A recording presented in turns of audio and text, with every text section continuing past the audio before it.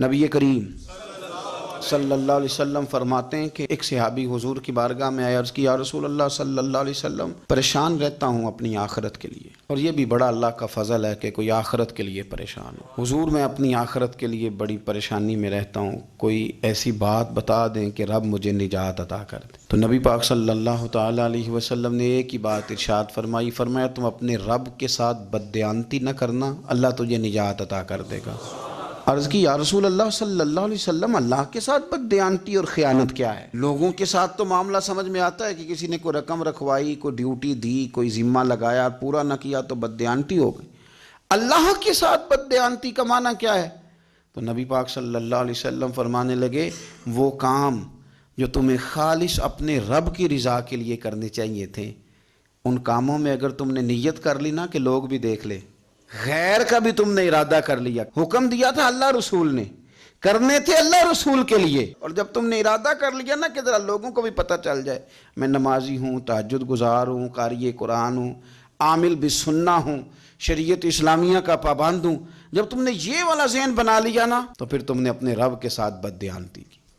پھر تم نے خیانت کی، پھر تم نے ٹھیک نہیں کیا۔ جب تم نے یہ ذہن بنا لیا کہ لوگوں کو پتہ چل جائے۔ حضرت شاہ منصور رحمۃ اللہ علیہ فرماتے ہیں کہ میرا ایک شخص سے بڑا قریبی تعلق تھا اور میں اسے بڑا نیک سمجھتا تھا، اور اچھے الفاظ میں اس کا لوگوں کے ہاں ذکر تھا، لوگ اسے نیک ہی سمجھتے تھے، لیکن مجھے کسی نے بتایا کہ وہ بہت ہی زیادہ بیمار ہے۔ میں تیمارداری کرنے گیا، میں نے اسے جا کے دیکھا تو وہ بڑی اذیت میں تھا۔ میں نے کہا کیا ہوا؟ کہنے لگا حضور اپنے گناہوں کی پاداش میں ہوں۔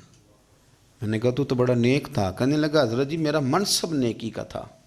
میں نے تہجد پڑھی تاکہ لوگوں کو پتہ چل جائے میں نیک ہوں، میں نے تسبیح پھیری تاکہ پیری مریدی میں اضافہ ہو، میں نے سنت شریعت کا لبادہ اوڑھا تاکہ میرے عقیدت مند بڑھ جائیں۔ وہ کام جو اللہ رسول کے لیے کرنے تھے انہی کاموں پر میں نے یہ نظام بنایا کہ جس سے خرابی واقع ہونے لگی حضور، پھر میں بیمار ہوا، اتنا بیمار ہوا کہ اٹھا نہیں جاتا تھا۔ ایک دن پھر میں نے قرآن شریف منگایا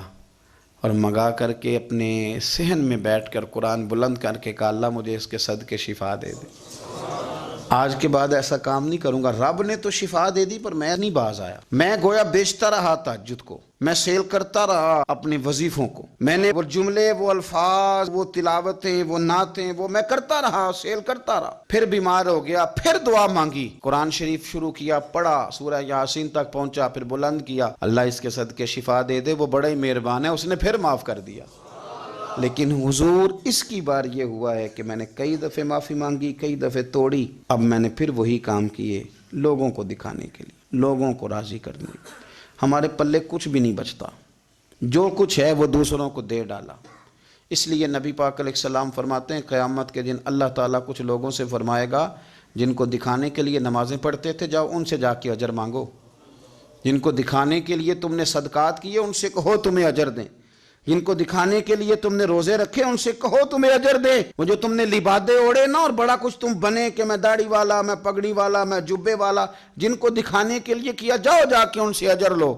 میں تو تمہیں اس چیز کا اجر دوں گا جو تم نے خالص میرے لیے کیا۔ تو وہ شخص کہنے لگا حضور اب میری یہ کیفیت ہے کہ اس دفعہ میں قرآن منگاتا ہوں، پڑھنے کی کوشش کرتا ہوں پر میری زبان پہ جاری نہیں ہوتا،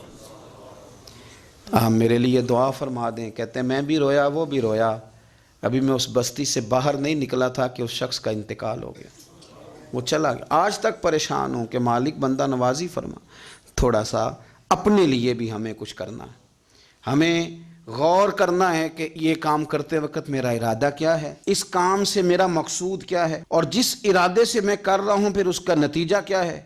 اگر اسی طرح الجھ گئے، میں کہتا ہوں کہ ہم نے دعوتیں ولیمے بھی کھائے اور ہم منگنی میں بھی گئے اور ہم بارات میں بھی گئے اور ہم جناب سیاسی میٹنگ میں بھی گئے، کس لیے کہ دنیا داری ٹھیک رہے، کہ سارے کام دنیا کے لیے کر لیے تھے تو اب نمازیں تو نانا دنیا داری کے لیے پڑھیں، یہ سارا کچھ ہو گیا تھا نا دنیا داری کے لیے، تو اب داڑھی حج زکوٰۃ کا معاملہ تو دنیا داری کے لیے نہ کریں، اب اس پر تو نہ دھبا ڈالیں، اس پر تو نہ وہی لیبل لگا لیں کہ یہ اوپر بڑا اچھا خوبصورت پیکٹ اور اندر سے نکلے ہی کوئی شے نہ، خرابی ہو جائے اور صبح قیامت جب راز کھلیں تو پھر ہم سے چھپنے کو جگہ ہی نہ مل سکے۔ نبی کریم صلی اللہ تعالیٰ علیہ وسلم نے ہماری تربیت فرمائی، حضور فرمانے لگے مخلص ہو کے عمل کرنا، اگر تھوڑا بھی ہوا تو تمہیں کفایت کر جائے گا، تمہارے لیے کافی ہو جائے گا، تھوڑا بھی ہوا، شرط یہ کہ وہ خالص ہو۔